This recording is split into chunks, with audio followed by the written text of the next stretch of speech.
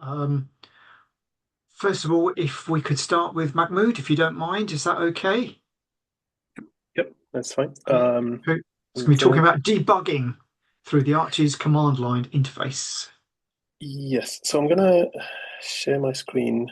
I'm gonna be switching between sharing multiple things, so hopefully that would work. If people can verify that they can see the black, yeah, okay, that looks like all right. Okay, so this is gonna be slightly technical, as is we're gonna talk about code quite a bit, but I'm gonna try as much as possible to keep it relevant to everyone.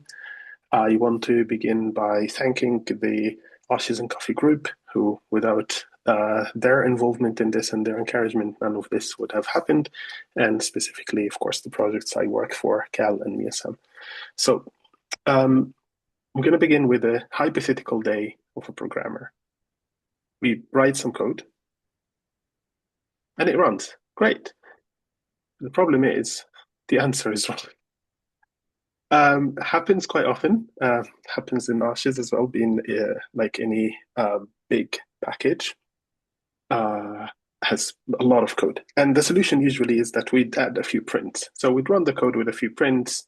The usual thing is that we, add a couple of prints there, run the program, not quite sure what's happening, go again, add some more prints, run the program, and so on and so forth. And like we end up being in a situation a bit like this.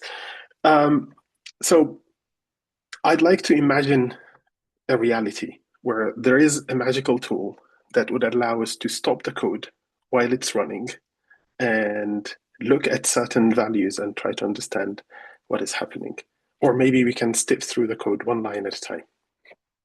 And of course, foreshadowing and all, I'm here to tell you that such tool does exist, and it's called a debugger. And Python has an implementation of these debuggers.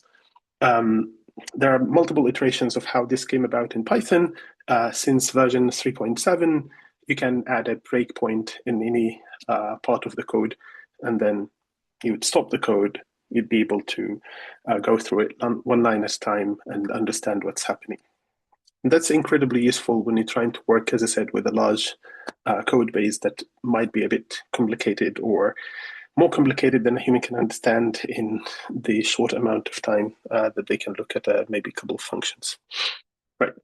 So um, these breakpoints or these debuggers integrate with the majority of the IDEs that we work with. So if you work with, I don't know, VS Code or anything else, most likely there is a plugin that would work with this. Even people who work with Vim, there are pluggers that plugins that add to debuggers to this. Right. So this is all for the uh, introduction. Now let's do a demo. So I'm going to stop sharing and then share again, but a different screen this time. Uh, Also, if people have questions while I am sharing or like we're looking at different parts of this presentation, please do speak because I'm not going to be able to see you. Uh, so maybe one of the moderators could manage this, but I wouldn't be able to see you. Okay, so let's begin with this. Is this readable for people? Should I increase the font size a little bit, maybe? Yeah. Okay. Okay. I hear nothing, but I'm expecting that that's the answer. Right. So what are we looking at here? What we're looking at is a connection through my VS Code to a server running an Arches instance. This Arches instance is version 8, and I have on the side here, I have a virtual environment called inv, which is somewhere here. Right. Yeah, that's the virtual environment, and my instance is called demo.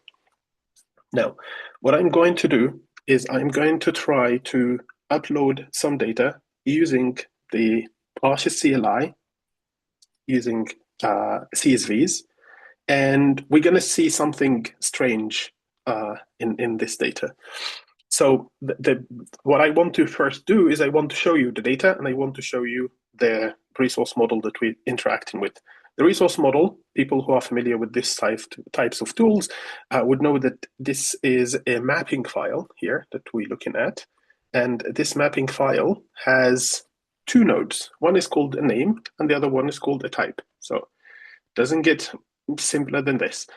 Only two nodes in the resource model. And then the data, hopefully named a good data and bad data, are just one resource each. So we have resource one with the type A. So we have the resource ID, the name, and the type. And in the bad data, we have slightly different thing. We have the resource ID, name, type, and then it's first and second. What I want you to focus on is that the names of the columns here, resource ID and name and type, are exactly the same. This is what you'd expect in uploading data using the CSV. But of course, there is a tiny problem. So again, probably it'll be easier if I share the entire screen just so we didn't jump back and forth between sharing. Okay, I'll try this. Hopefully nothing embarrassing comes up.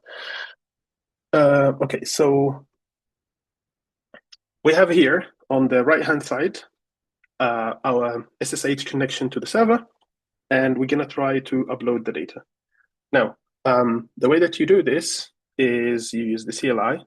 You would type something along the lines of this. So Python manage package, import the business data, give it the location of your data, and then also give it the location of your mapping file, overwrite if you want to overwrite, or append, or the other options that exist in the CLI. This is all normal. And I'm going to try to push the data, and it'll take a couple of seconds, and it would say, yes, correct. The resources have been saved. It's one resource. Right, great. Now I'm going to try the other piece of data, and you would notice here that instead of good data, I have now the bad data.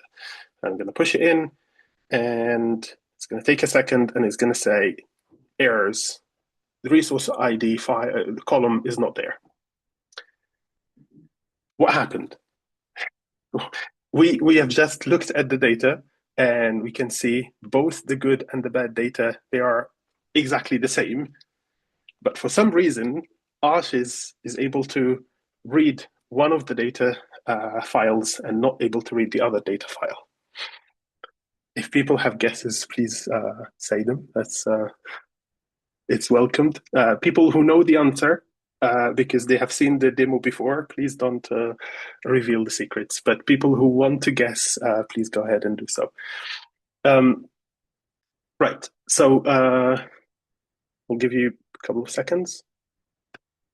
No one? Okay, no one wants to reveal, spill the beans. Right. So what I'm going to try to do here, we're in a typical situation where we have a large piece of code and we are putting an input to the piece of code, an output comes out, and it is not what we expect. Now, if you're following the print ethos, you would maybe try to read the Arch's code base, add some prints somewhere where you think strategically would reveal the secrets, and try again and again and again. But I want to do something different today. What I want to do is I want to use a debugger. And the debugger, as we maybe have seen a little bit, would stop the running of the code. So a normal expectation would be that we would put the debugger connected to the Arch server, which we run as in a development server. And that is reasonable, but the problem with doing this is that the process that we will attach to is the Django process that runs the server itself, which is slightly different from the CLI. So the way that Arches is designed, which is very similar to a lot of other packages that use Django, is that it has a way to interact with the server using a separate thread or a separate process, which, running the CLI. So this is all to say that we run the development server as normal. I mean, I wouldn't want you to do this in a production, wouldn't recommend debugging in production. Is not great, leads to very angry PIs. But if you are interested in doing debugging, I would recommend running a development server, which you would do. So we have here on the side, No? Okay, it's not happy with me, but okay, nice. So what we have here is in our uh, same SSH session, we're running a development server on the background. And this development server is the one that we're going to interact with. Now, so we're going to run our debugger on the CLI command itself.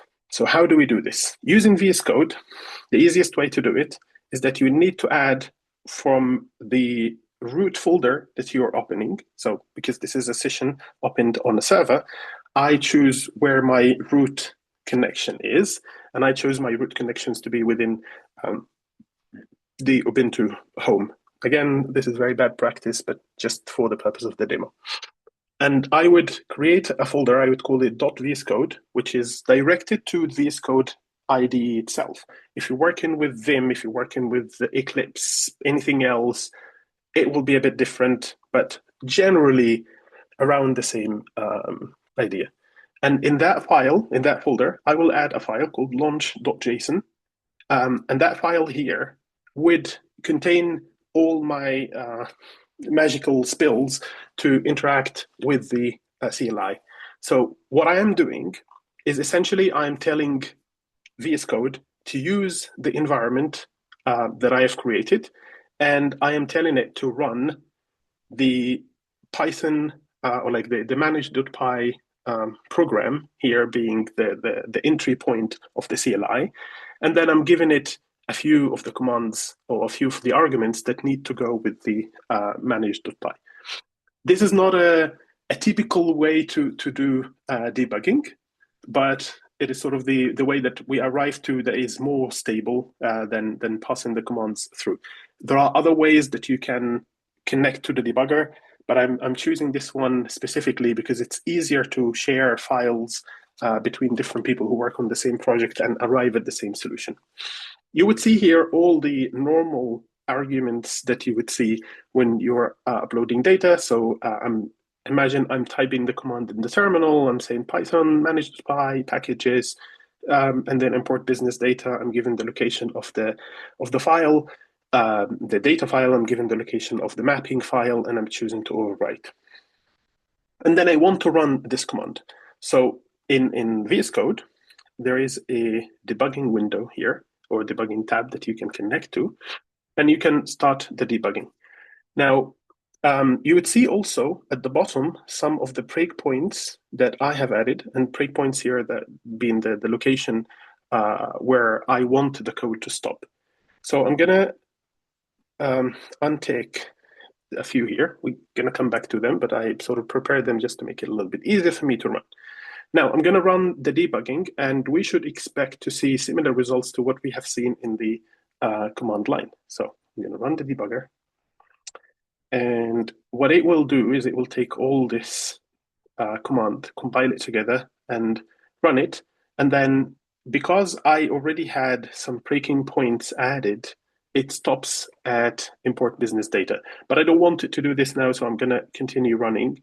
And at the end, once it finishes running, it should show me similar results to what we have seen in the command line before.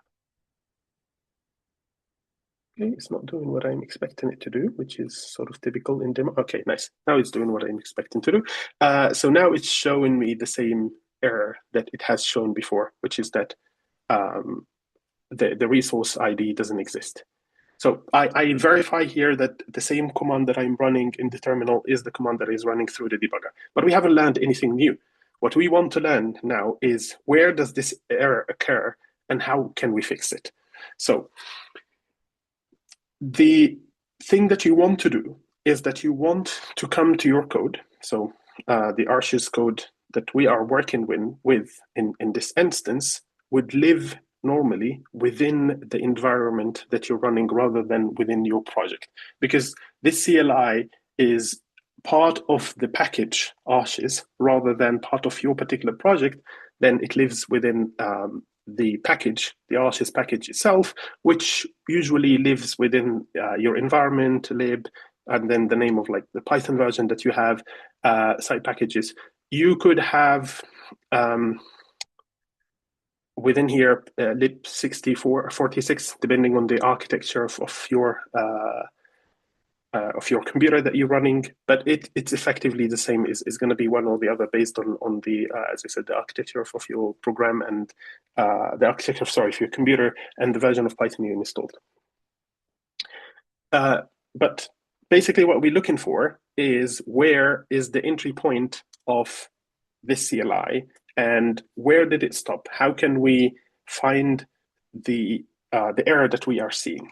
One way to do this is to try to see the error, because that error here is a string of text that is written within the Python code itself. So we're going to try to find this string of text within the Python code, and it's very easy because if I just copy this tiny bit, which is like please add, or like a column with the unique identifier, I can copy this piece of code here, this piece of text, and I can search in the entirety of the environment that I have, and I can immediately see that there is in here, in this file called csv file.py, inside Arches, the warning or the error that I have seen.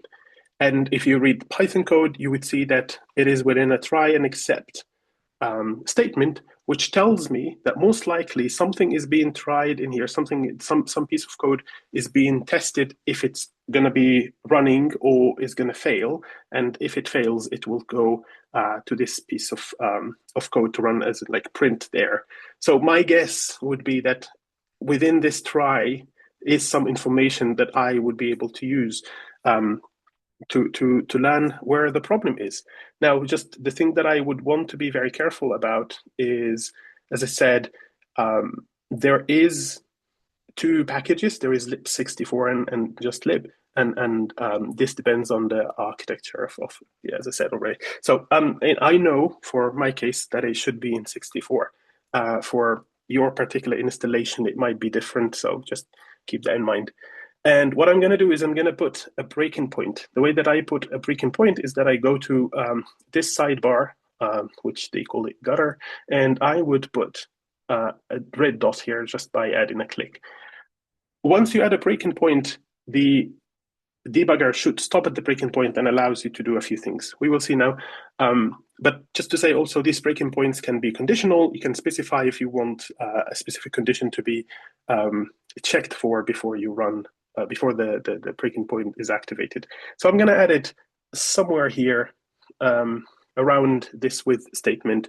And I'm going to go back to the debugger and run it again. And hopefully this time it will stop. Might stop first at the business. Yeah, it does. So what I'm going to do is I'm going to continue, which means go to the next breaking point and then continue again. And it should go. No. Oh, yes. Okay. So now it goes to the breaking point that I was aiming for.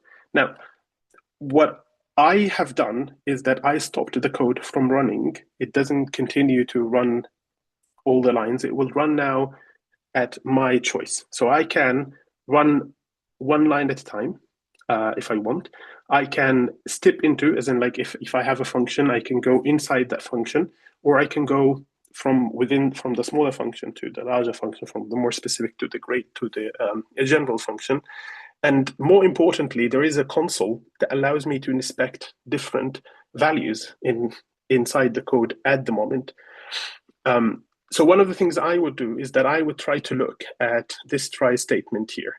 And what I see is that what it's doing is that it's passing business data, it's passing the first instance of business data to a function called a process resource ID. So I want to see what's inside this business data. So what I'm going to do is I'm just going to type business data in the debug console here. And I'm going to print it out.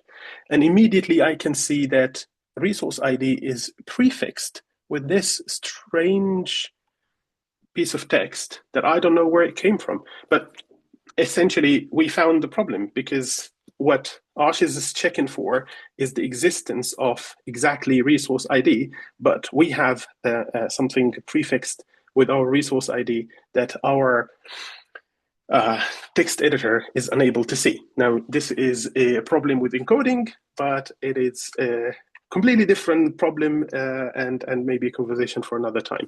I will stop the presentation at here. This was very condensed, so we're very happy to elaborate on this in details. If you'd like to come to our Arches and Coffee at some point, we can talk a little bit more about it. And now I'm going to stop sharing, and I'm happy to take questions if people want to ask.